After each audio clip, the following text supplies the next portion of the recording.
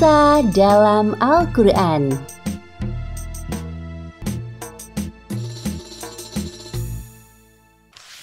Kisah Nabi Musa alaihi salam. Kisah ini disebutkan dalam Al-Quran, surat Al-Qasas ayat 7 hingga ayat 13.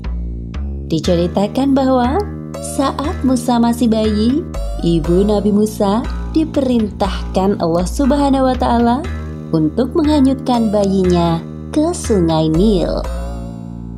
Hingga akhirnya bayi Musa ditemukan oleh keluarga Fir'aun dan diangkat menjadi anak yang kelak saat dewasa menghancurkan kekuasaan Fir'aun. Musa lahir di Mesir pada masa pemerintahan Fir'aun. Fir'aun adalah raja yang sangat sombong dan semena-mena terhadap rakyatnya. Bahkan dia mengaku sebagai Tuhan. Penduduk Mesir sebagian besar adalah bangsa Kipti. Selain itu juga banyak dari kalangan Bani Israel. Bangsa Kipti menyembah berhala dan Fir'aun sebagai Tuhan mereka, serta mempercayai para peramal dan tukang sihir.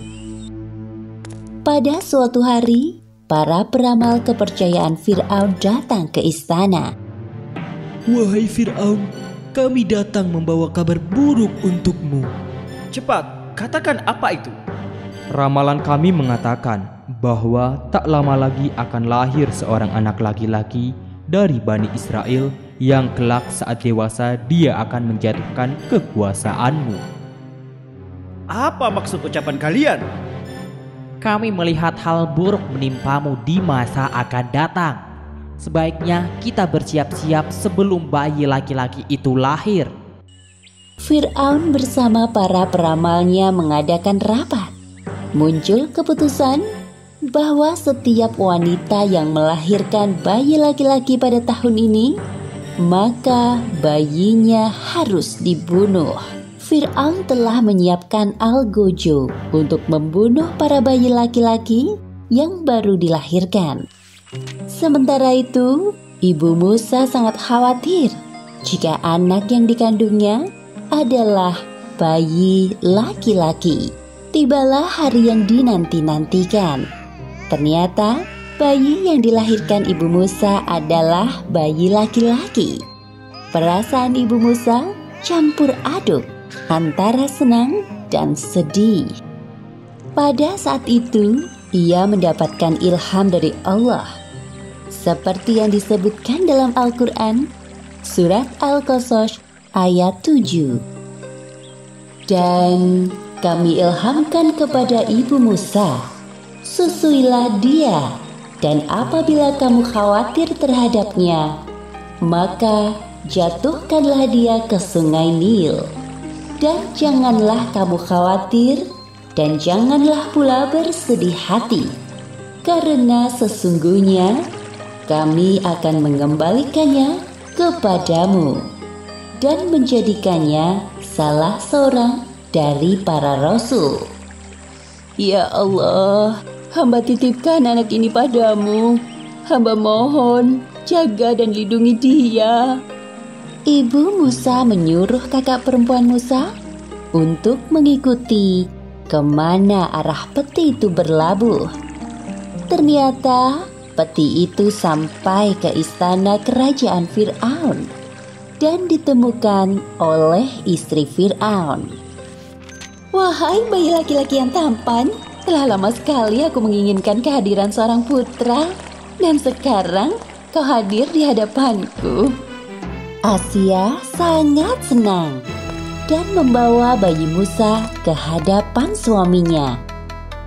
"Wahai suamiku tersayang, lihatlah apa yang aku bawa." "Bayi siapa itu?" "Bayi laki-laki ini ditemukan para dayang di sekitar istana. Aku mohon padamu, angkatlah dia menjadi anak kita." "Kau tidak sedang bercanda, bukan? Bayi laki-laki? Apakah kau lupa akan peraturan yang telah aku buat?" "Wahai suamiku, jangan kau bunuh bayi ini. Melihat bayi ini, hatiku sangat bahagia. Ia adalah penghibur bagi kita, wahai suamiku. Itu bagimu, namun tidak bagiku. Setelah perdebatan yang cukup panjang, akhirnya hati Fir'aun luluh juga saat melihat bayi Musa. Asia sangat senang dan segera mencari ibu susu untuk bayi Musa. Wahai ratu, bayi ini tidak mau menyusu kepada ibu susu manapun. Sepertinya kami harus mencari ke pelosok negeri ini. Oh, baiklah kalau begitu. Laporkanlah padaku jika kalian menemukan wanita itu. Katakan padanya, aku akan berikan hadiah yang sangat banyak. Mendengar kabar tersebut, kakak perempuan Musa menawarkan ibunya kepada dayang istana untuk menyusui bayi laki-laki itu. Ketika para dayang sampai di rumah ibu Musa, ternyata bayi laki-laki itu mau menyusu dengan lahap. Tidak ada yang tahu bahwa sebenarnya wanita ini adalah ibu kandung bayi laki-laki itu. Esoknya, ibu Musa pergi ke istana. Aku sangat berterima kasih kepadamu, wahai ibu. Terimalah segala pemberianku ini sebagai hadiah. Dan aku mohon padamu, tinggallah di istana ini selama masa menyusui Musa. Wahai ratu, maaf sekali, saya tidak bisa tinggal di istana ini karena ada keluarga yang membutuhkan saya di rumah. Jika diperbolehkan, biarkan bayi ini saya bawa sampai masa persusuan berakhir. Oh, baiklah kalau begitu, tidak ada pilihan lain. Ibu Musa meninggalkan istana bersama bayi Musa dengan perasaan bahagia. Seperti yang disebutkan dalam Al-Quran, Surat Al-Qasas ayat 13. Maka kami kembalikan Musa kepada ibunya, supaya senang hatinya dan tidak berduka cita, dan supaya ia mengetahui bahwa janji Allah itu adalah benar. Tetapi kebanyakan manusia tidak mengetahuinya. Setelah masa menyusui Musa berakhir, ibu Musa menyerahkan Musa kecil ke tengah-tengah keluarga Fir'aun. Wahai suamiku, lihatlah Musa. Lucu sekali dia. Tidakkah kau ingin menggendongnya? Bawa kemari anak itu. Fir'aun menggendong Musa kecil di pelukannya. Lalu Musa menarik jenggot Fir'aun sampai tercabut dan berdarah. Seketika itu Fir'aun melepaskan Musa dari pelukannya. Dasar anak nakal. Aku yakin anak ini yang akan menjatuhkan kekuasaanku kelak. Oh, sabarlah wahai suamiku. Dia hanya anak-anak. Wahai pengawal, siapkan pedang yang tajam. Besok akan aku bunuh anak ini. Asia berpikir bagaimana cara agar suaminya tidak jadi membunuh Musa. Kemudian Asia mendapatkan sebuah ide. Wahai suamiku, sebelum kau bunuh Musa, biarkan aku buktikan kepadamu bahwa Musa hanya anak-anak yang suka bermain. Apa yang ingin kau buktikan? Tingkahnya hanya membuatku kesal dan marah. Asia menyiapkan sepiring roti dan bara api. Lalu dia menyuruh Musa memilih salah satu di antara keduanya. Ternyata Musa kecil memasukkan bara api ke dalam mulutnya. Sontak Musa pun kepanasan dan lidahnya terbakar. Perhatikanlah wahai suamiku, jikalau Musa yang sudah bisa berpikir, tentu dia akan memilih roti yang lezat itu. Tolong, urungkanlah niatmu untuk membunuhnya. Dari peristiwa itu, Fir'aun percaya bahwa Musa hanyalah anak-anak seperti pada umumnya. Lalu, Musa kecil diasuh keluarga Fir'aun sampai usianya beranjak dewasa. Kisah ini disebutkan di Al-Quran Surat Al-Qasas ayat 14 hingga ayat 28.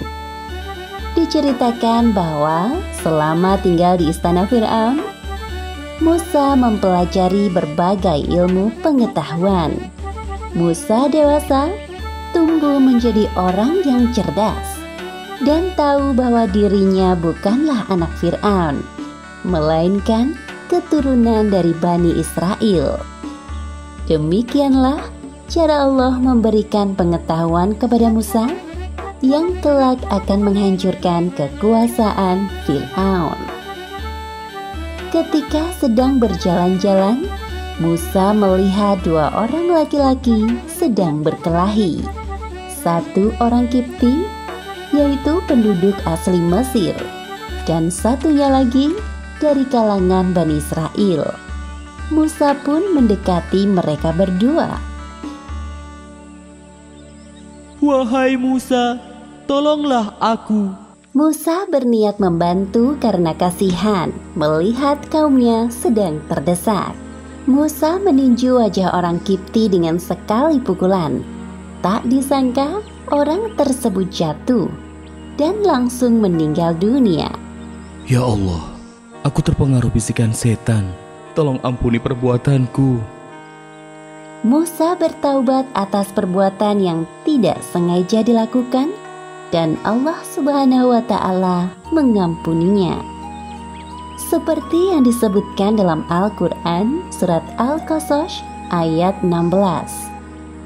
Maka Dia, Allah, mengampuninya. Sungguh Allah, Dialah yang Maha Pengampun, Maha Penyayang. Keesokan harinya, Musa berjalan-jalan di kota dengan perasaan was-was. Lalu Musa melihat Bani Israel yang ditolongnya kemarin berkelahi lagi dengan orang Kipti yang lain. Bani Israel itu meminta pertolongan lagi kepada Musa. Ketika Musa hendak memegang orang Kipti, maka dia menghindar dan berkata, Wahai Musa, apa kau mau membunuhku seperti orang Kipti yang kau bunuh kemarin? Musa terdiam sejenak, menyesal atas perbuatannya. Sementara itu, orang Kipti yang menjadi musuh Bani Israel meninggalkan Musa dan Bani Israel.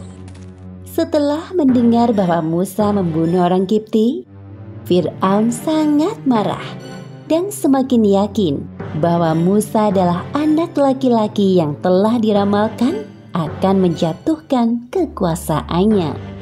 Pengawal, cepat tangkap Musa dan bawa ke hadapanku.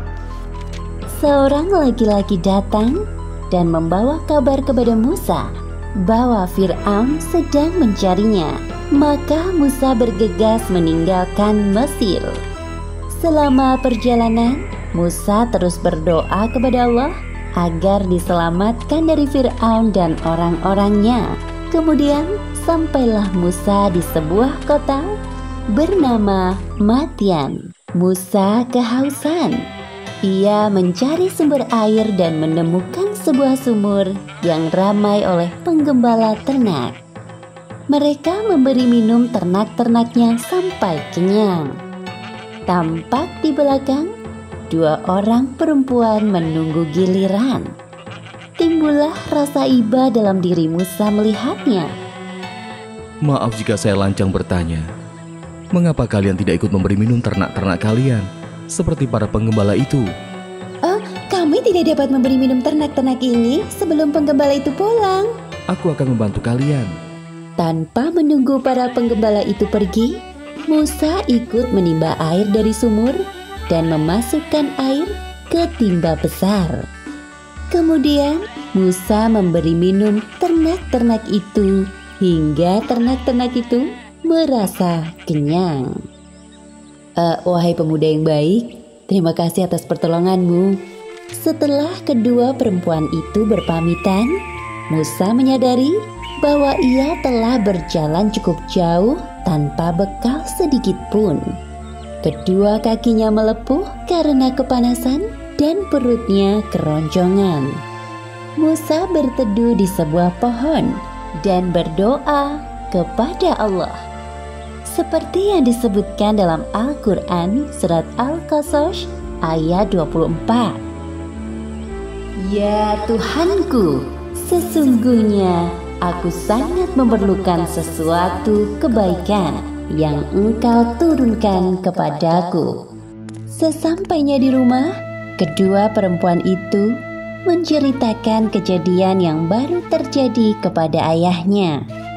Sang ayah adalah Nabi Syuaib.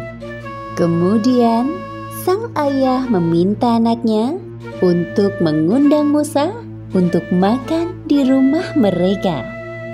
Allah Subhanahu wa Ta'ala menjawab doa Musa melalui perantara dua orang perempuan yang ditolongnya.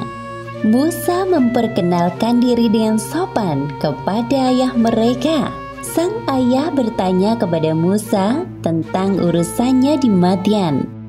Lalu Musa menceritakan tentang siapa dirinya dan penyebabnya sampai di kota ini. Wahai Musa, janganlah kamu takut dan khawatir. Sesungguhnya Allah telah menyelamatkanmu dari orang-orang yang zalim itu. Wahai ayah, bagaimana jika Musa membantu menggembala ternak-ternak kita? Selain baik, Musa kuat dan dapat dipercaya. Nabi Syuaib mempunyai usulan lain yang lebih baik. Seperti yang disebutkan dalam Al-Quran surat Al-Qasas ayat 27. Sesungguhnya aku bermaksud menikahkan engkau dengan salah seorang dari kedua anak perempuanku ini, atas dasar bahwa engkau bekerja padaku selama 8 tahun. Dan jika engkau cukupkan 10 tahun, maka itu adalah suatu kebaikan darimu. Dan aku tidak bermaksud memberatkan engkau. Insya Allah, engkau akan mendapatiku termasuk orang yang baik. Setelah perjamuan makan berakhir, Musa tinggal dan bekerja di rumah itu, mengurus semua hewan ternak yang jumlahnya sangat banyak. Musa dinikahkan oleh sang ayah dengan salah satu dari anak perempuannya, sesuai dengan kesepakatan mereka.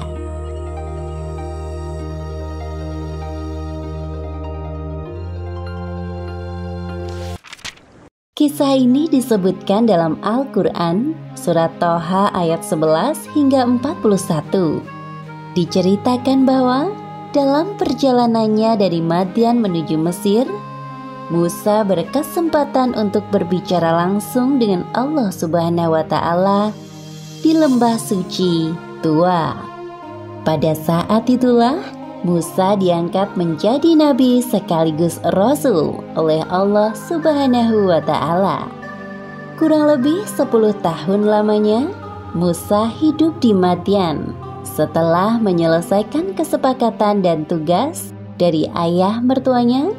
Musa beserta keluarganya pergi ke Mesir. Tibalah mereka di sebuah lereng gunung. Langit tampak semakin gelap dan udara terasa dingin. Musa berusaha menghidupkan api untuk penerangan dan penghangat badan. Namun api sulit menyala. Berkali-kali mencoba, hasilnya tetap sama. Tunggulah kalian di sini. Aku melihat cahaya di sebelah sana. Barangkali itu nyala api yang dapat menghangatkan tubuh kita. Baiklah wahai suamiku, kami akan menunggumu di sini.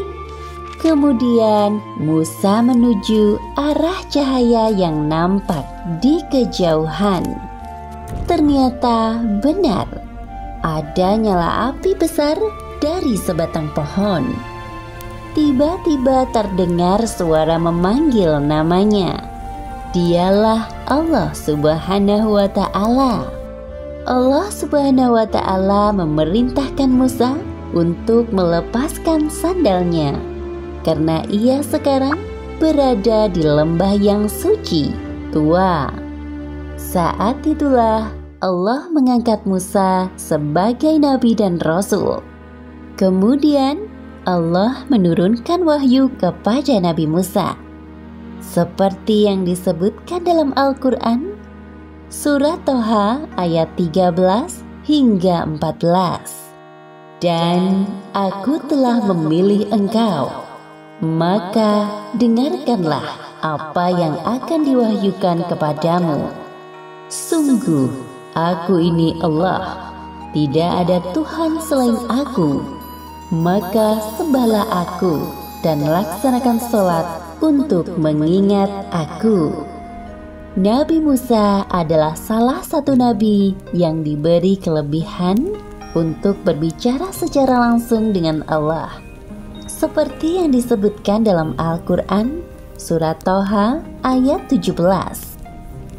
Dan apakah yang ada di tangan kananmu, wahai Musa? Ini tongkat yang membantu berjalan untuk mencari makanan bagi ternak peliharaan kami dan juga untuk keperluan yang lainnya. Kemudian Allah menyuruh Nabi Musa melemparkan tongkatnya. Nabi Musa melemparkan tongkatnya ke tanah. Tiba-tiba tongkat itu berubah menjadi ular besar. Nabi Musa surut ke belakang karena ketakutan melihat tongkatnya berubah menjadi ular besar. Allah menghibur Nabi Musa yang ketakutan, seperti firman-Nya dalam Al-Quran Surat Toha ayat 18. Peganglah ia dan jangan takut, kami akan mengembalikannya kepada keadaan semula. Lalu Nabi Musa diperintahkan Allah untuk memasukkan tangannya ke dalam lengan baju, seperti yang disebutkan dalam Al-Quran Surat Toha ayat 22. Dan kepitlah tanganmu ke ketiakmu, niscaya ia keluar menjadi putih bercahaya tanpa cacat, sebagai mukjizat yang lain. Tugas Nabi Musa selanjutnya adalah berdakwah kepada Fir'aun yang mengaku dirinya sebagai Tuhan. Beliau merasa takut karena dulu secara tidak sengaja pernah membunuh seorang Kipti, penduduk asli Mesir, yang menyebabkannya melarikan diri kematian. Ya Allah, aku mohon padamu, mudahkan langkahku menghadapi Fir'aun. Jadikan saudaraku Harun sebagai temanku berdakwah kepada Fir'aun, karena ia lebih ahli dalam berbicara dan berdebat dibanding aku. Permintaan Nabi Musa dikabulkan Allah. Melalui peristiwa ini, Allah mengangkat Nabi Musa menjadi Rasul, seperti yang disebutkan dalam Al-Quran Surat Toha ayat 41. Dan aku telah memilihmu menjadi Rasul untuk diriku. Kisah ini disebutkan di Al-Quran Surat Asy-Syu'ara ayat 16 hingga 51. Diceritakan bahwa setelah Nabi Musa mendapatkan wahyu, beliau diperintahkan Allah berdakwah kepada Fir'aun. Atas permintaan Nabi Musa, Allah mengirim saudaranya Harun untuk membantunya ketika berhadapan dengan Fir'aun. Allah Subhanahu wa Ta'ala juga mengangkat Harun menjadi seorang nabi. Sebelum berhadapan langsung dengan Fir'aun, mereka bertarung dengan ahli sihir Fir'aun terlebih dahulu. Terjadi banyak perubahan setelah beberapa tahun kepergian Nabi Musa dari Mesir. Di banyak tempat, Nabi Musa melihat kaumnya, yaitu Bani Israel, sedang diperbudak oleh Fir'aun. Menyaksikan hal tersebut, beliau merasa sedih. Nabi Musa dan Nabi Harun pergi menuju istana Fir'aun. Aku hanya mengenalmu, wahai Harun. Siapa laki-laki di sampingmu itu? Ini adalah Musa, adikku. Aku pikir engkau tidak melupakannya, wahai Fir'aun. Kami berdua adalah Rasul utusan Allah. Wahai Fir'aun, tujuan kami datang kemari adalah memintamu agar membebaskan kaum Bani Israel dari perbudakan yang kejam. Jadi kau ini Musa, berani sekali datang kemari. Ingatkah dirimu bahwa kami telah mengasuhmu dari masa kanak-kanak sampai dewasa dengan fasilitas yang mewah? Lalu setelah membunuh kaumku, kau malah melarikan diri. Sekarang kau datang dan meminta hal yang tidak masuk akal. Dasar tidak tahu berterima kasih. Perlakuan Fir'aun saat mengasuh Nabi Musa saat kecil tidak sebanding dengan penyiksaan yang dilakukannya kepada kaum Bani Israel. Seperti yang disebutkan dalam Al-Quran, surat Asy-Syu'ara ayat 22. Dan itulah kebaikan yang telah engkau berikan kepadaku. Sementara itu engkau telah memperbudak Bani Israel. Perihal pembunuhan orang Kipti itu, aku tidak sengaja melakukannya. Lalu aku bertaubat dan keluar dari Mesir. Kemudian aku bertemu dengan Tuhan semesta alam. Tuhankulah yang menganugerahkan ilmu dan kerasulan padaku. Siapa yang kau maksud Tuhan semesta alam itu? Aku yang telah memberikanmu semua ilmu kepadamu. Jadi akulah Tuhanmu. Dialah Allah Subhanahu wa ta'ala. Benar apa yang dikatakan Musa. Allah adalah Tuhan semesta alam yang menciptakan langit dan bumi beserta segala isinya. Omong kosong. Pandai sekali kalian membual. Wahai Fir'aun, dia Allah adalah Tuhanmu dan Tuhan nenek moyang kita dahulu.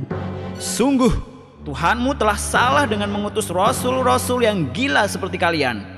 Dia Allah adalah Tuhan penguasa timur dan barat, serta apa yang ada di antara keduanya. Dengarkan baik-baik, wahai Musa dan Harun, jika kalian menyembah Tuhan selain aku, maka penjara tempat kalian selanjutnya. Nabi Musa dan Nabi Harun berdebat dengan santun dan suara yang lembut. Walaupun Fir'aun mengancam akan memasukkan keduanya ke dalam penjara, tidak ada rasa takut sedikit pun, karena mereka yakin selalu berada dalam lindungan Allah Subhanahu wa ta'ala. Wahai Fir'aun, apakah engkau akan tetap memenjara kami jika aku perlihatkan bukti-bukti kerasulanku? Baiklah, tunjukkan kepada kita semua yang ada di ruangan ini. Semua orang menunggu apa yang akan dilakukan oleh Nabi Musa. Nabi Musa melemparkan tongkatnya, dan tiba-tiba tongkat itu berubah menjadi ular yang besar. Semua orang yang melihat merasa ketakutan. Hah? Wah, menakutkan sekali.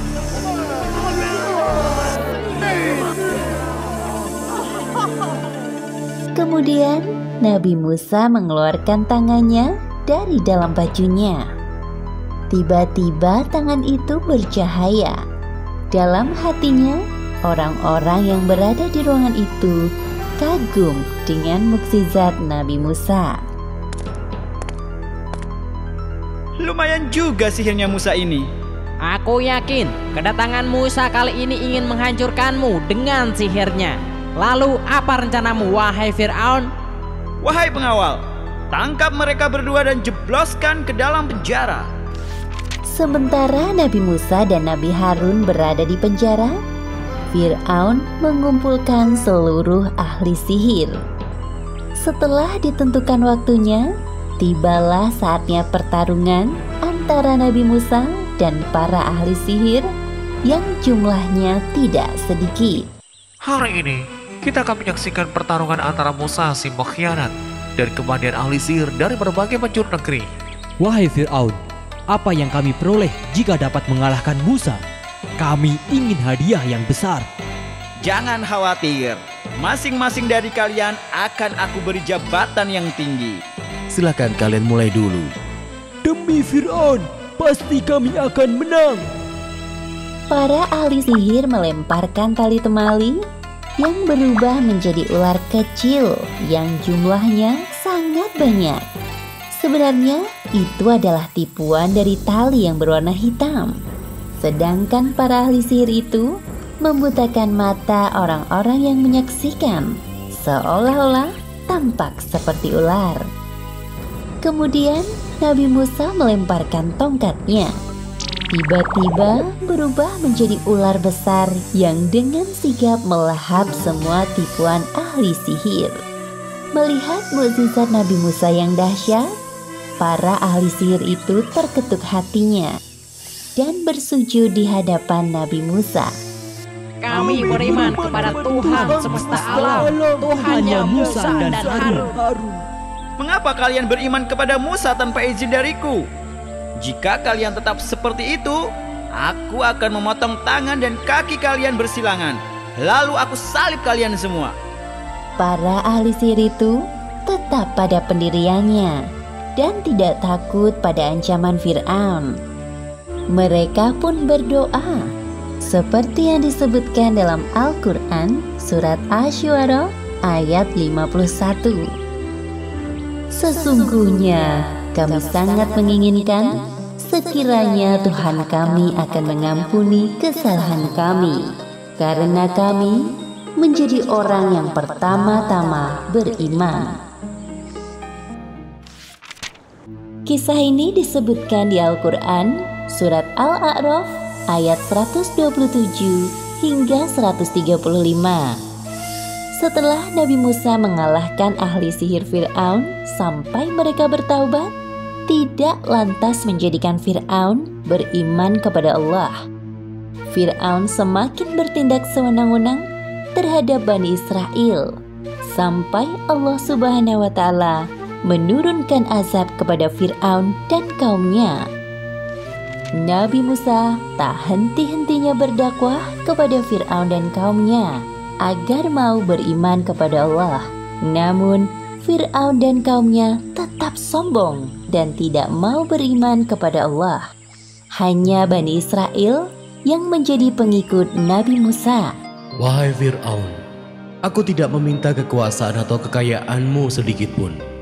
Aku hanya mengajakmu untuk beriman kepada Tuhan Allah. Wahai Musa, akulah Tuhanmu yang sebenarnya. Seharusnya engkau yang beriman kepadaku. Hari demi hari, penderitaan kaum Bani Israel semakin berat. Mereka dijadikan budak dan pekerja kasar tanpa upah. Setiap orang yang berani melawan perintah Fir'aun atau tidak mau menyembahnya akan dihukum mati, termasuk membunuh anak laki-laki dari kaum Nabi Musa. Wahai Musa, kami sangat menderita hidup di Mesir ini. Bukankah engkau adalah utusan Allah? Mintalah kepadanya agar menghukum Fir'aun yang telah bertindak sewenang-wenang. Sabarlah wahai kaumku, sesungguhnya Allah tidak akan membiarkan hambanya terzolimi. Kemudian Allah menurunkan azab kepada Fir'aun dan kaumnya berupa kemarau panjang selama beberapa tahun. Seperti yang disebutkan dalam Al-Quran surat Al-A'raf ayat 130. Dan sungguh kami telah menghukum Fir'aun dan kaumnya dengan mendatangkan musim kemarau bertahun-tahun dan kekurangan buah-buahan agar mereka mengambil pelajaran. Wahai Fir'aun, kita sudah melakukan berbagai cara agar langit menurunkan hujan, namun belum ada hasil. Kami telah memperbanyak persembahan, namun sepertinya usaha kami sia-sia. Fir'aun sedang berpikir bagaimana caranya agar hujan turun. Ia tidak mau kelihatan bodoh di hadapan kaumnya. Fir'aun berjanji akan menyelesaikan masalah ini. Di istana, Fir'aun berdiskusi dengan para penasihat kerajaannya. Menurut kalian, apakah ada cara lain agar musim kemarau ini segera berganti? Ada satu cara yang belum kita lakukan, wahai Fir'aun. Apa itu? Kita belum meminta pada Tuhannya Musa. Bukankah Tuhannya Musa dapat melakukan segalanya? Baiklah, panggil Musa ke hadapanku. Nabi Musa mendatangi Fir'aun di kerajaannya seorang diri. Wahai Musa, kau punya Tuhan yang mampu melakukan apa saja. Benar bukan? Iya, benar. Saat ini Mesir sedang ditimpa kemarau panjang. Jika Tuhanmu dapat menurunkan hujan dari langit, maka aku akan beriman kepadanya. Benarkah yang kau ucapkan itu, wahai Fir'aun? Tentu, jika Tuhanmu dapat melakukan apa yang tidak bisa aku lakukan, aku akan beriman kepadanya. Semua orang yang ada di sini saksinya. Baiklah kalau begitu. Nabi Musa berdoa kepada Allah di hadapan Fir'aun dan para penasehat kerajaan. Ya Allah, Zat yang menahan hujan, turunkanlah hujan untuk masyarakat Mesir. Sebelum sampai Nabi Musa menurunkan tangannya, hujan turun dengan derasnya. Ah, hujan? Ore! Itu suara hujan. Memang sudah sekarang saatnya hujan turun. Fir'aun mengingkari janjinya. Ia tidak memuji Allah, malah mengatakan hal yang kufur. Nabi Musa sangat kecewa dengan sikap Fir'aun dan kaumnya. Namun, beliau tidak patah semangat dalam berdakwah. Wahai kaumku, ketahuilah bahwa hanya ada satu Tuhan yang pantas disembah. Dia Allah SWT. Ikutlah denganku dan surga balasan keimanan kalian. Namun, jika kalian lebih memilih menyembah selainnya, aku takut Allah akan menurunkan azab yang lebih pedih kepada kalian. Wahai Musa, bukti apapun yang engkau bawa, kami tetap tidak akan beriman kepadamu maupun ajaranmu. Benar apa katanya. Fir'aun satu-satunya Tuhan kami. Setelah panen melimpah, hujan tak kunjung berhenti. Lalu muncul angin topan yang dahsyat. Sebagaimana disebutkan dalam Al-Quran, surat Al-A'raf ayat 133. Maka kami kirimkan kepada mereka topan, belalang, kutu, katak dan darah. Air minum berubah menjadi darah sebagai bukti-bukti yang jelas. Tetapi mereka tetap menyombongkan diri dan mereka adalah kaum yang berdosa. Wahai Musa, mintalah kepada Tuhanmu agar Dia, Allah, menghentikan hujan ini. Kami berjanji akan beriman kepada Tuhanmu. Kemudian Nabi Musa berdoa kepada Allah dan hujan pun berhenti. Kemudian Allah juga menumbuhkan tanaman dan buah-buahan di kebun mereka.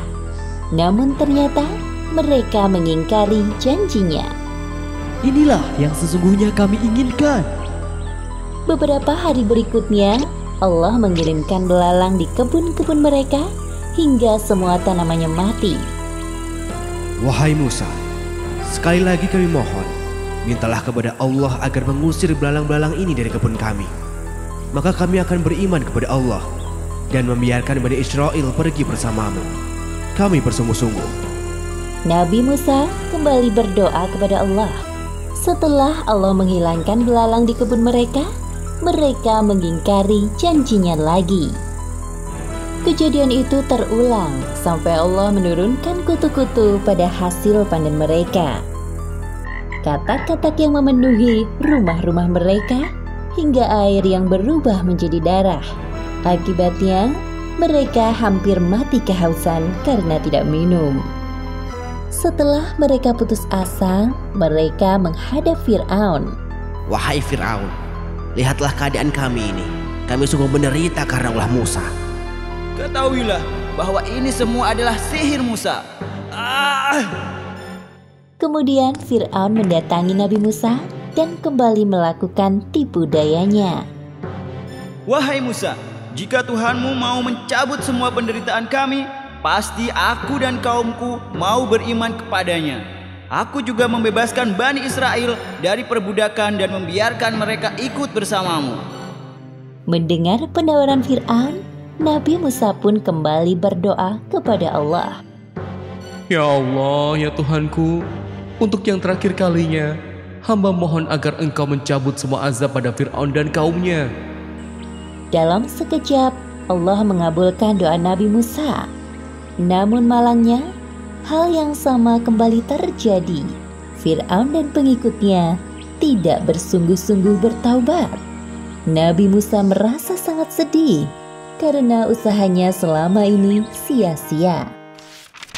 Kisah ini disebutkan beberapa kali di Al-Quran. Salah satunya ada di dalam surat Asy-Syu'ara ayat 52 hingga 68. Setelah berkali-kali Fir'aun ingkar janji kepada Nabi Musa, maka Allah memerintahkan Nabi Musa dan Bani Israel agar segera meninggalkan Mesir. Namun, Fir'aun dan bala tentaranya mengejar mereka sampai ke Laut Merah. Mesir kembali ramai dengan aktivitas masyarakatnya, seperti sebelum turunnya azab dari Allah. Sebenarnya, setelah kejadian azab itu, kaum Kipti meragukan ketuhanan Fir'aun dan mulai percaya kepada Tuhannya Musa. Namun Fir'aun dengan segala kuasanya menghasut pikiran mereka. Wahai kaumku, lihatlah perubahan yang terjadi pada Mesir sekarang. Semua ini tidak akan terjadi tanpa campur tangan ketuhananku. Buktinya, walaupun musibah datang secara bertubi-tubi, tanah pertanian kita tambah subur, sungai-sungai tidak pernah kering, dan pastinya buah-buahan makin melimpah. Orang-orang membenarkan ucapan Fir'aun dalam hati mereka. Lain halnya dengan kondisi kaum Nabi Musa. Bani Israel semakin tersiksa oleh perbudakan yang dilakukan kaum Kipti. Akhirnya, mereka berduyun-duyun mendatangi Nabi Musa. Wahai Musa, kami sudah tidak tahan lagi hidup di sini. Apakah sebaiknya kita pergi saja dari Mesir? Ya, aku setuju. Kita pergi saja dari sini. Bersabarlah wahai kaumku. Kemudian Nabi Musa berdoa kepada Allah agar diberikan solusi atas permasalahan kaumnya. Seperti yang disebutkan dalam Al-Quran surat Asy-Syu'ara ayat 52. Dan kami wahyukan, perintahkan kepada Musa, pergilah pada malam hari dengan hamba-hambaku, Bani Israel, sebab pasti kamu akan dikejar. Malam harinya, Nabi Musa dan Bani Israel pergi meninggalkan Mesir secara sembunyi-sembunyi.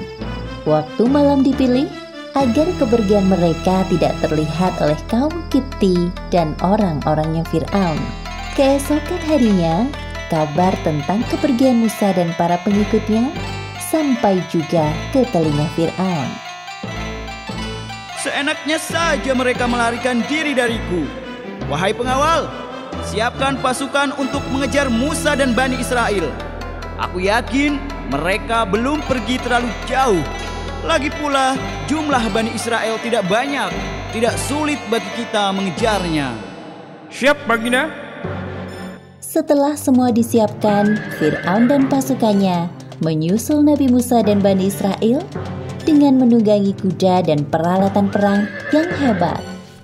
Ketika Nabi Musa dan pengikutnya sampai di tepi laut, perjalanan mereka terhenti. Wahai Musa, sekarang bagaimana ini? Di depan kita terbentang lautan luas. Tanpa perahu, kita tidak bisa menyeberangi laut ini. Kami takut kalau Fir'aun dan pasukannya menyadari kepergian kita dan menyusul kita. Aduh, bagaimana ini wahai Musa? Wahai kaumku, sekali-kali kita tidak akan tersusul. Sesungguhnya Tuhanku besertaku. Kelak Dia akan memberi petunjuk kepadaku. Seperti yang disebutkan dalam Al-Quran, lalu kami wahyukan kepada Musa, pukullah laut itu dengan tongkatmu. Maka terbelahlah lautan itu, dan setiap belahan seperti gunung yang besar. Lalu Nabi Musa memukulkan tongkatnya ke laut.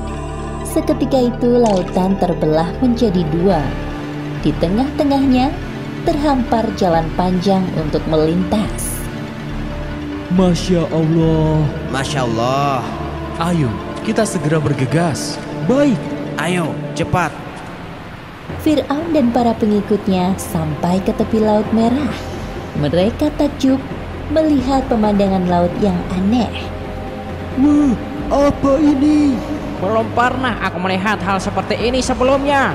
Sihir apa ini hingga membelah lautan? Mereka melewati jalan ini. Ayo kita kejar. Ayo maju pasukan. Ketika Fir'aun dan pasukannya sampai di tengah perjalanan mengejar Musa, tampak Musa dan kaumnya. Lihat, itu Bani Israel. Aku melihatnya.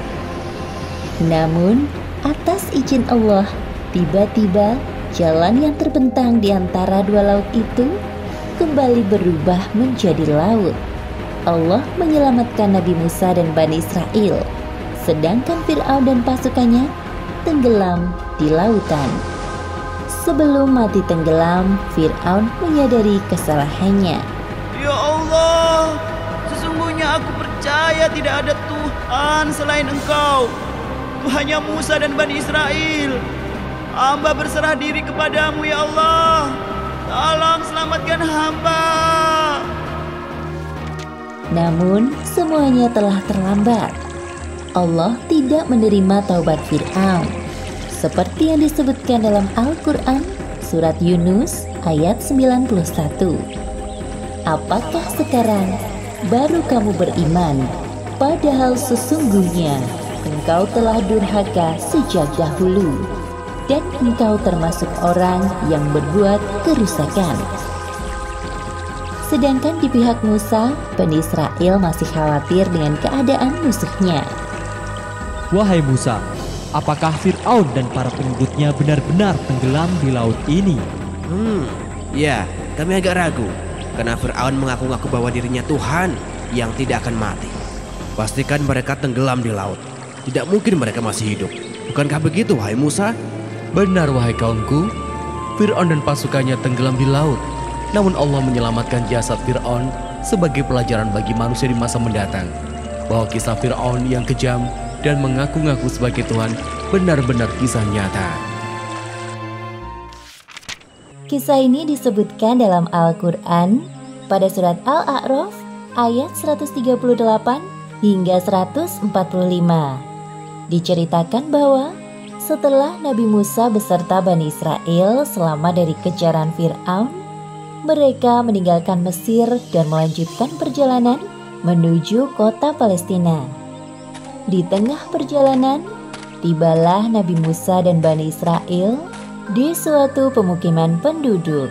Terlihat bahwa penduduk di daerah itu masih menyembah patung berhala. Melihat fenomena tersebut, Bani Israel mulai resah. Mereka pun mengungkapkan keresahannya kepada Nabi Musa. Wahai Musa, buatkanlah kami patung seperti orang-orang yang memuliakan Tuhannya itu. Apa yang kalian maksud dengan Tuhan? Itu adalah patung-patung berhala yang mereka sembah. Kalian ini seharusnya lebih baik dari mereka. Nabi Musa sangat kecewa dan sedih mendengar permintaan kaumnya itu. Padahal jelas-jelas Bani Israel baru saja diselamatkan Allah Subhanahu wa Ta'ala dari kejaran Fir'aun dan pasukannya. Wahai kaumku, bukankah Allah telah menyelamatkan kalian dari kekejaman Fir'aun? Sesungguhnya Allah sangat memuliakan golongan dari kalian. Seperti yang disebutkan dalam Al-Quran, surat Al-A'raf ayat 140. Dia, Musa berkata, pantaskah aku mencari Tuhan untukmu selain Allah, padahal dia telah melebihkan kamu atas segala umat pada masa itu. Mendengar apa yang disampaikan oleh Nabi Musa, barulah Bani Israel menyadari kekeliruannya. Pada malam harinya, Nabi Musa mendapatkan petunjuk melalui mimpi bahwa ia diutus Allah untuk pergi ke bukit Tur Sina. Sebagaimana yang disebutkan dalam Al-Quran, surat Al-A'raf ayat 142. Dan kami telah menjanjikan kepada Musa memberikan Taurat 30 malam, dan kami sempurnakan jumlah malam itu dengan 10 malam lagi. Maka sempurnalah wahyu yang diberikan Tuhannya 40 malam. Keesokan harinya sebelum berangkat, Nabi Musa meminta kepada Nabi Harun untuk mengawasi kaumnya agar tidak menyimpang dari perintah Allah. Wahai saudaraku, Harun, gantikanlah aku dalam memimpin kaumku. Teruslah membimbing mereka dalam kebaikan, dan jangan engkau mengikuti ajakan mereka yang sesat. Insya Allah, wahai Musa, aku akan melaksanakan amanah darimu dengan segala kemampuanku. Nabi Musa juga berpamitan dengan kaumnya, Bani Israel. Wahai kaumku, aku diperintahkan oleh Allah untuk menerima wahyu yang kedua. Taatlah kalian dengan perintah dari saudaraku, Nabi Harun. Dialah pemimpin kalian selama aku pergi. Setelah berpamitan, Nabi Musa pergi ke Bukit Tur Sina, tempat pertama kali beliau menerima wahyu dari Allah. Ketika tiba waktu yang telah ditetapkan oleh Allah, sampailah Nabi Musa di Bukit Tur Sina. Pada tempat inilah terjadi pembicaraan antara Nabi Musa dengan Allah. Kemudian Nabi Musa memohon kepada Allah agar dapat melihat wujud Allah. Ya Tuhanku, tampakkanlah dirimu kepadaku agar aku dapat melihat Engkau. Allah menjawab permintaan Nabi Musa seperti yang disebutkan dalam Al-Quran, surat Al-A'raf ayat 143. Allah berfirman, "Engkau tidak akan sanggup melihatku, namun lihatlah ke gunung itu. Jika ia tetap pada tempatnya sebagai sedia kala, niscaya engkau dapat melihatku." Ketika Allah menampakkan keagungannya melalui gunung yang ada di depan Nabi Musa, gunung tersebut hancur.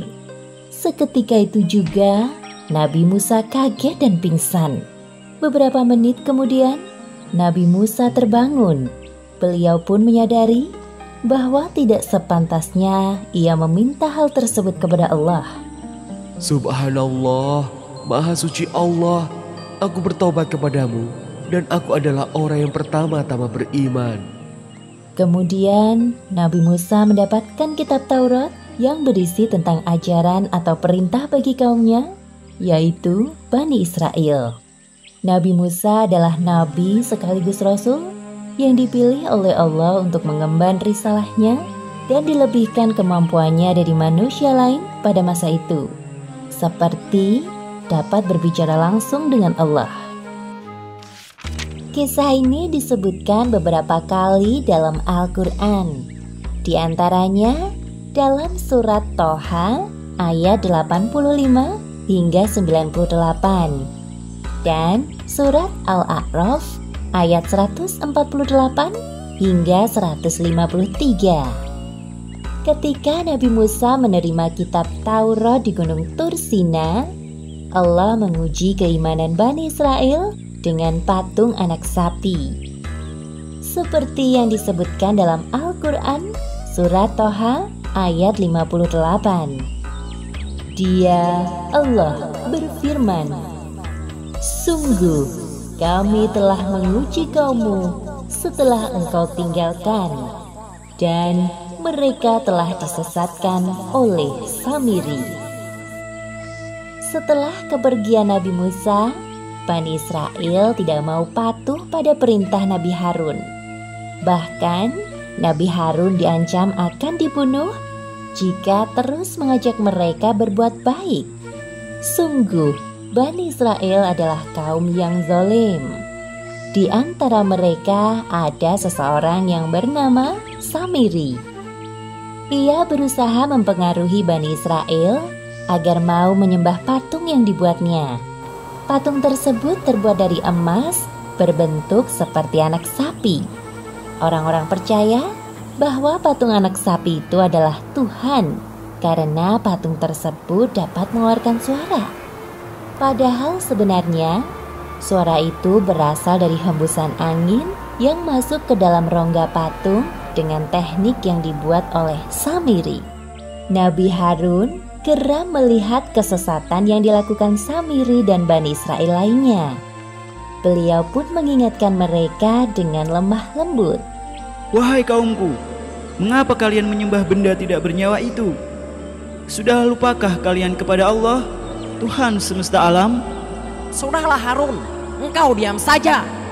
Selama Musa belum kembali, kami tidak mau mematuhi perintah Nabi yang lemah sepertimu. Iya benar. Lagi pula kami telah menemukan Tuhan yang sebenarnya. Dia Tuhan yang dapat bersuara. Astagfirullahaladzim. Dengan mudahnya kalian menukar keimanan kalian kepada Allah dengan patung anak sapi ini. Sungguh kalian benar-benar telah berbuat zalim. Jika kamu terus mengoceh, kami tidak segan-segan membunuhmu, wahai Harun.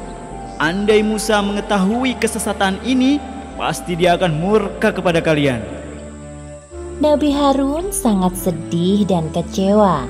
melihat kaumnya menyembah patung anak sapi yang dianggap sebagai Tuhan mereka.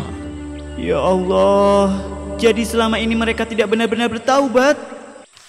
Setelah 40 malam berlalu, Nabi Musa kembali ke tengah-tengah kaumnya. Beliau sangat marah sekaligus sedih melihat perubahan yang terjadi dengan kaumnya. Kemudian Nabi Musa menghampiri saudaranya dengan penuh kemarahan. Wahai Harun, mengapa engkau hanya berdiri dan diam saja melihat perbuatan mereka itu? Engkau tidak sungguh-sungguh menjalankan amanatku. Nabi Harun kaget melihat Nabi Musa yang tiba-tiba datang melabraknya. Tenanglah wahai saudaraku, dengarlah penjelasanku dahulu. Aku telah mengingatkan mereka, namun mereka tidak mau mendengarkanku. Kaummu menganggapku lemah, tidak memiliki kekuatan sepertimu, dan mereka hampir saja membunuhku. Astagfirullahaladzim, maafkan aku wahai saudaraku. Nabi Musa menyadari kekeliruannya dan segera meminta maaf kepada Nabi Harun. Kemudian Nabi Musa berdoa kepada Allah seperti yang disebutkan dalam Al-Quran surat Al-A'raf ayat 151. Dia, Musa, berdoa, "Ya Tuhanku, ampunilah aku dan saudaraku, dan masukkanlah kami ke dalam rahmat Engkau. Dan Engkau adalah Maha Penyayang dari semua penyayang." Setelah itu, Nabi Musa langsung menghampiri kaumnya yang sedang menyembah patung anak sapi. Menyadari kedatangan Nabi Musa, Bani Israel mulai resah. Sebenarnya mereka takut dan segan kepada Nabi Musa yang kuat. Namun, entah mengapa keimanan mereka mudah sekali dipalingkan dari Allah. Aduh, bagaimana ini? Musa telah kembali. Iya, Musa pasti memarahi kita. Wahai kaumku, apa yang telah kalian kerjakan selama aku pergi? Bukankah Allah telah menjanjikan surga bagi kalian yang beriman? Tidakkah cukup dengan Allah menampakkan kekuasaannya di depan mata kalian satu persatu? Semudah itukah kalian berpaling darinya? Meskipun Nabi Musa sangat kecewa terhadap kaumnya, namun beliau tetap dapat mengontrol emosinya. Sedangkan Bani Israel mulai ketakutan dan mencari-cari alasan. Wahai Musa, sesungguhnya kami berpaling dari Allah bukan atas dasar kemauan kami sendiri, melainkan karena hasutan Samiri. Dia yang mengajak kami untuk menyembah patung anak sapi ini. Iya benar, salahkan saja Samiri. Kemudian Nabi Musa mencari orang yang bernama Samiri yang disebut-sebut sebagai dalang dari penyembahan patung anak sapi. Mendengar jawaban Samiri, Nabi Musa semakin geram. Beliau pun mengusir Samiri dari tempat itu. Wahai Samiri, pergilah engkau ke tempat yang jauh. Mulai saat ini, kau jangan sentuh aku selama hidupmu di dunia. Sedangkan neraka adalah balasan atas perbuatanmu menyekutukan Allah. Samiri meninggalkan tempat tersebut sambil menundukkan kepala. Kemudian, Nabi Musa mengutus kaumnya untuk membakar patung anak sapi dan membuang abunya ke laut. Seperti yang disebutkan dalam Al-Quran, surat Toha ayat 98. Sungguh, Tuhanmu hanyalah Allah, tidak ada Tuhan selain Dia, pengetahuannya meliputi segala sesuatu. Kisah ini disebutkan di Al-Quran surat Al-Baqarah ayat 67 hingga 73. Dalam kisah ini, Allah Subhanahu wa Ta'ala memperlihatkan sikap buruk kaum Bani Israel saat diperintahkan untuk menyembelih sapi betina pada zaman Nabi Musa alaihi salam.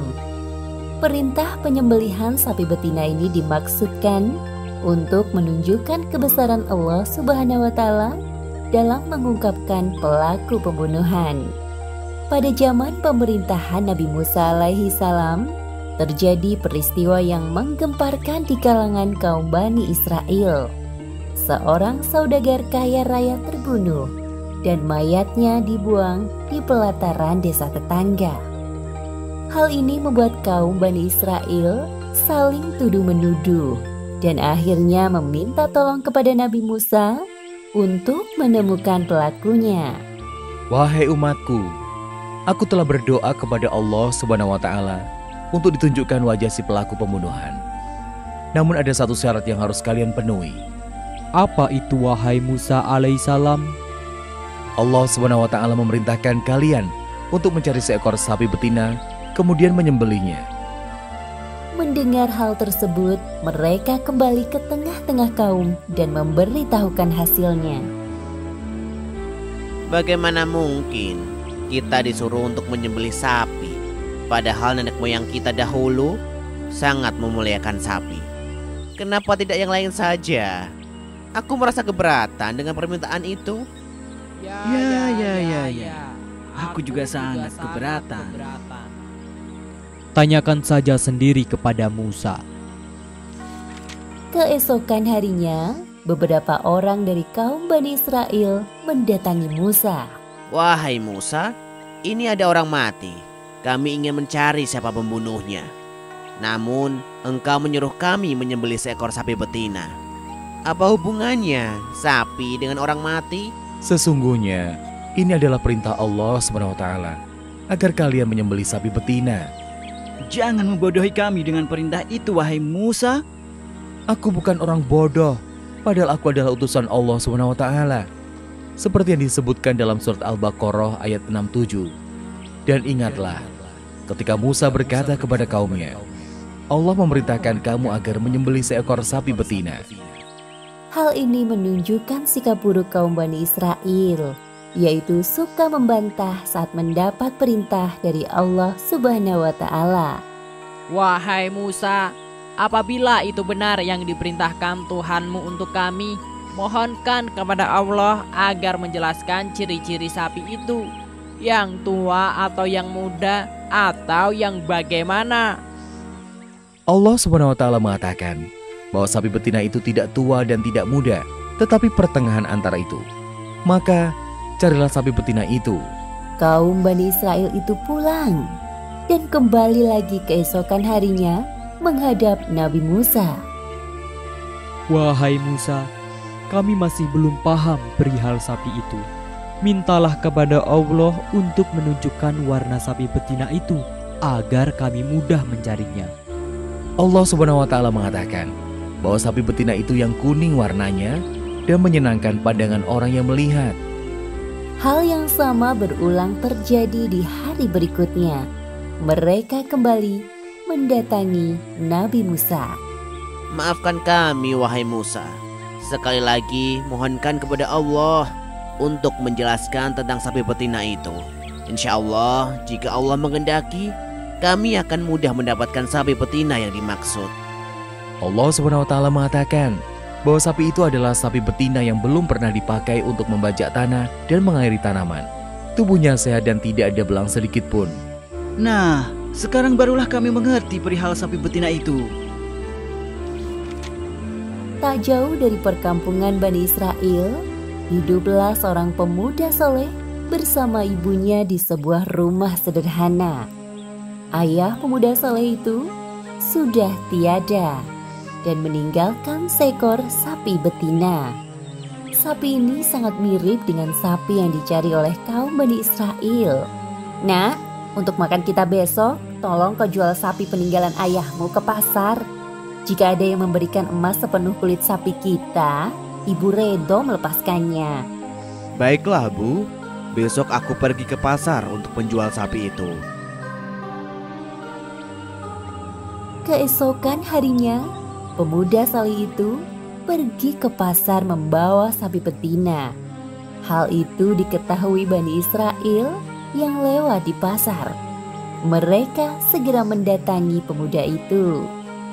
Wahai anak muda, apakah kau hendak menjual sapi betina ini? Benar, Tuan. Ibuku menyuruhku menjual sapi betina ini. Berapa harga yang ibumu minta untuk sapi ini?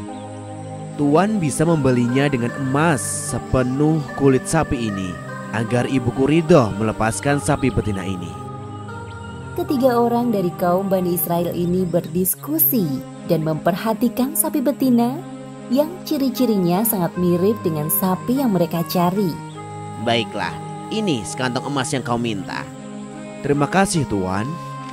Setelah mendapatkan sapi betina dari pemuda saleh tadi, laki-laki itu memberitahu kaumnya yang lain dan mendatangi Nabi Musa alaihi salam. Nabi Musa kemudian menyuruh semua kaum Bani Israel berkumpul di sebuah padang yang luas. Wahai Musa, kami telah mendapatkan sapi betina dengan ciri-ciri seperti yang Tuhanmu sebutkan dan menyembelihnya. Sekarang tunjukkan kepada kami pelaku pembunuhan itu, agar kami tidak saling menuduh satu sama lain. Nabi Musa alaihi salam menyuruh mereka mengambil salah satu bagian dari sapi betina itu, lalu memukulkannya pada mayat, seperti yang disebutkan dalam surat Al-Baqarah ayat 73. Lalu kami berfirman, pukullah mayat itu dengan bagian dari sapi itu. Demikianlah Allah menghidupkan orang yang telah mati. Dan Dia memperlihatkan kepadamu tanda-tanda kekuasaannya agar kamu mengerti. Sesungguhnya orang yang telah membunuhku adalah saudara sepupuku sendiri. Ia sangat serakah dan ingin mengambil semua hartaku. Akhirnya kasus pembunuhan di kalangan Bani Israel terungkap atas izin Allah melalui Nabi Musa alaihi salam, sebagaimana disebutkan dalam surat Al-Baqarah ayat 72. Dan ingatlah ketika kamu membunuh seseorang, lalu kamu tuduh-menuduh tentang itu, tetapi Allah menyingkapkan apa yang kamu sembunyikan. Subhanallah, Maha Suci Allah. Ternyata benar apa yang diperintahkan Tuhanmu, wahai Nabi utusan Allah. Maafkan sikap kami yang suka bertanya dan membantah perkataanmu. Sesungguhnya kami termasuk golongan orang-orang yang merugi karena telah menghabiskan banyak waktu untuk mencari sapi betina ini.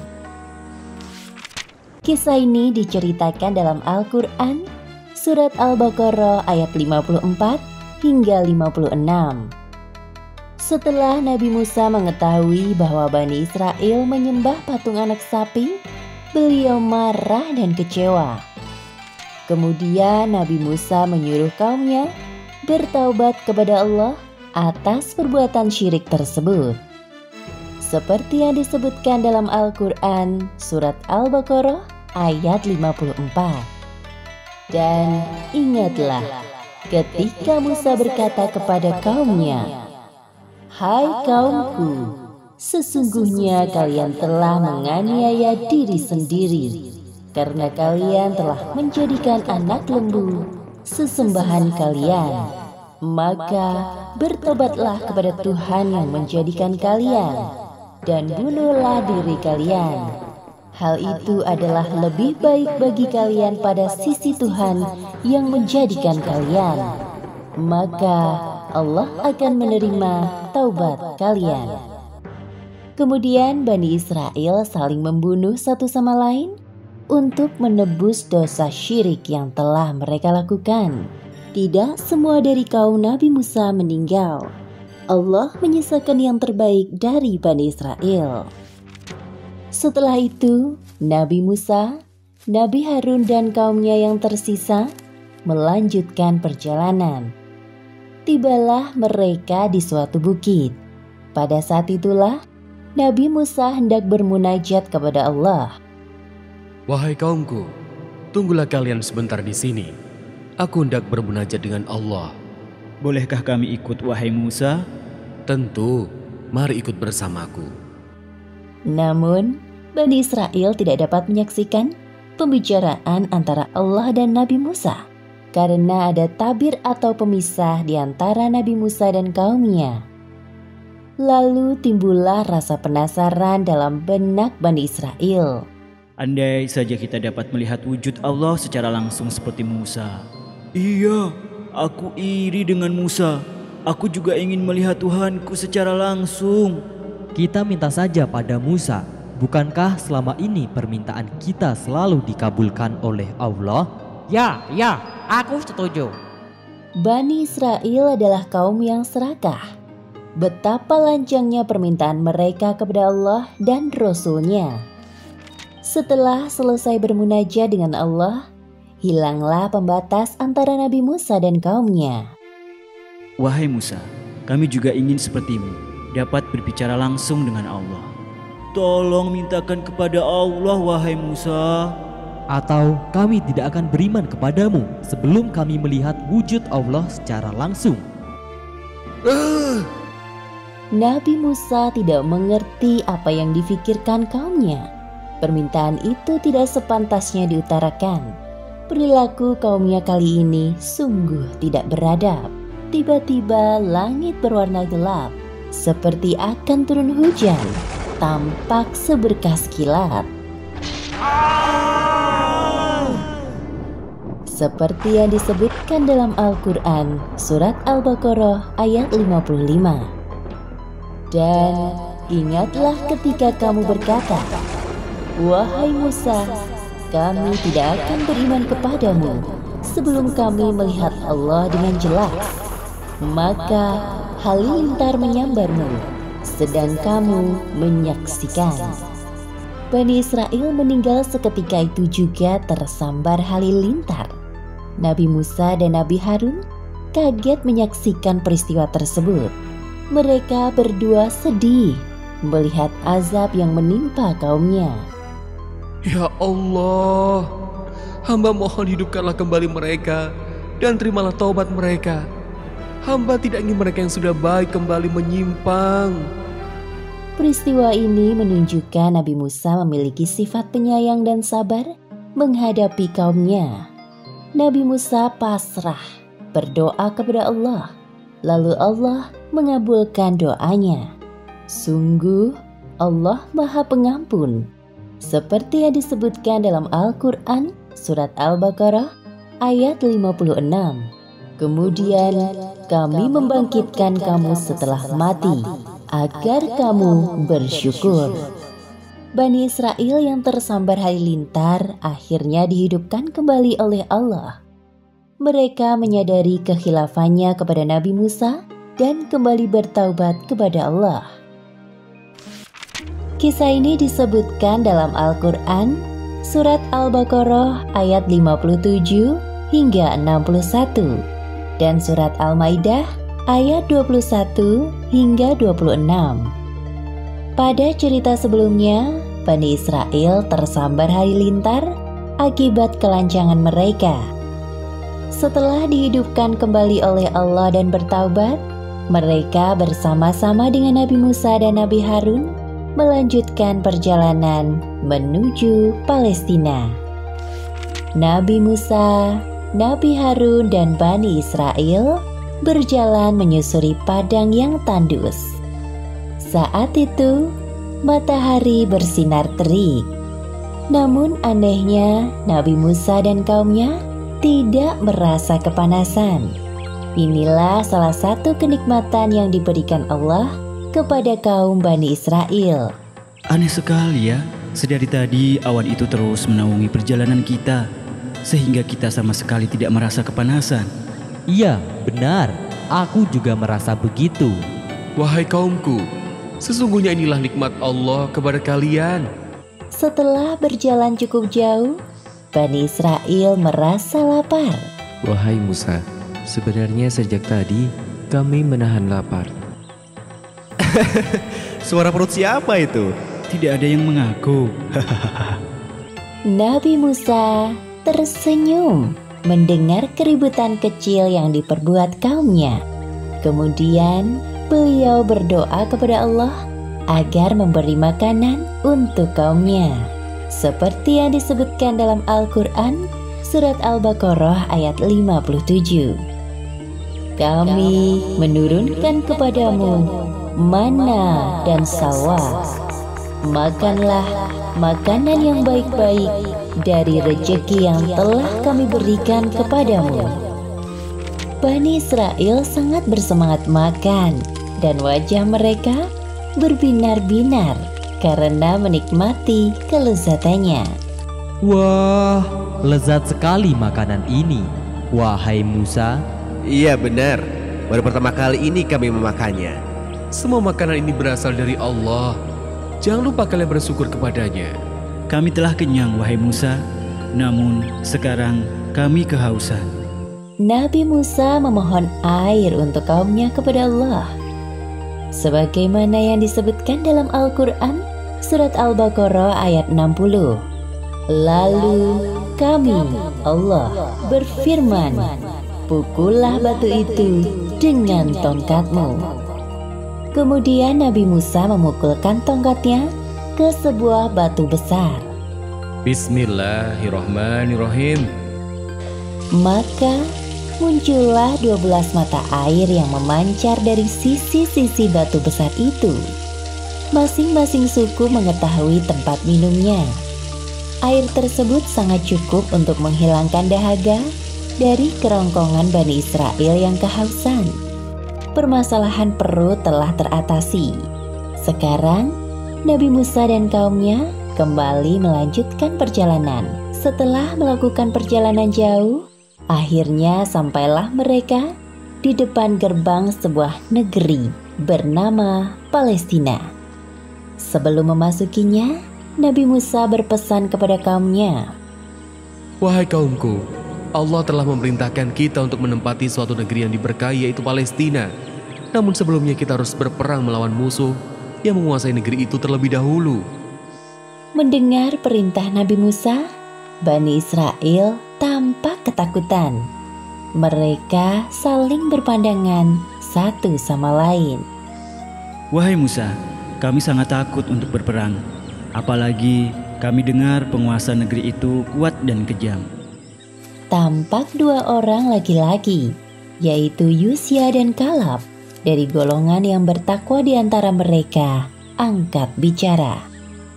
Mari kita serbu musuh dari pintu gerbang yang itu. Jika kita memasukinya, pasti kita akan menang. Hanya pada Allah kita berserah diri. Wahai Musa, sampai kapanpun kami tidak akan mau masuk ke dalam negeri itu selama masih ada penguasa kejam di dalamnya. Kenapa tidak kalian saja yang masuk ke sana, lalu mengalahkan musuh-musuh itu? Kami akan menunggu saja di sini, karena kami sungguh takut. Bani Israel benar-benar telah melampaui batas. Padahal Allah telah memuliakan mereka dengan memberikan segala macam kenikmatan. Nabi Musa marah dan kecewa dengan sikap kaumnya. Kemudian beliau berdoa kepada Allah agar dijauhkan dari kaumnya yang membangkang. Seperti dalam surat Al-Maidah ayat 25. Berkata Musa, "Ya Tuhanku, aku tidak menguasai kecuali diriku sendiri dan saudaraku. Sebab itu, pisahkanlah antara kami dengan orang-orang yang fasik itu." Kemudian Allah menjawab doa Nabi Musa seperti yang disebutkan dalam Al-Quran, surat Al-Maidah ayat 26. Allah berfirman, "Jika demikian, maka negeri itu terlarang buat mereka selama 40 tahun. Selama itu, mereka akan mengembara kebingungan di bumi." Inilah hukuman Allah kepada Bani Israel yang tidak mau menjalankan perintahnya. Selama 40 tahun lamanya, mereka hidup di sekitar padang pasir bebatuan, sampai generasi penakut ini meninggal dan digantikan generasi selanjutnya yang pemberani. Kemudian generasi yang pemberani ini berperang melawan musuh di negeri Palestina di bawah pimpinan Nabi Yusya setelah wafatnya Nabi Musa. Assalamualaikum. Kalau teman-teman belum subscribe, yuk klik tombol subscribe warna merah. Gratis loh. Jangan lupa klik juga gambar loncengnya ya, supaya teman-teman bisa tahu video-video baru Diva.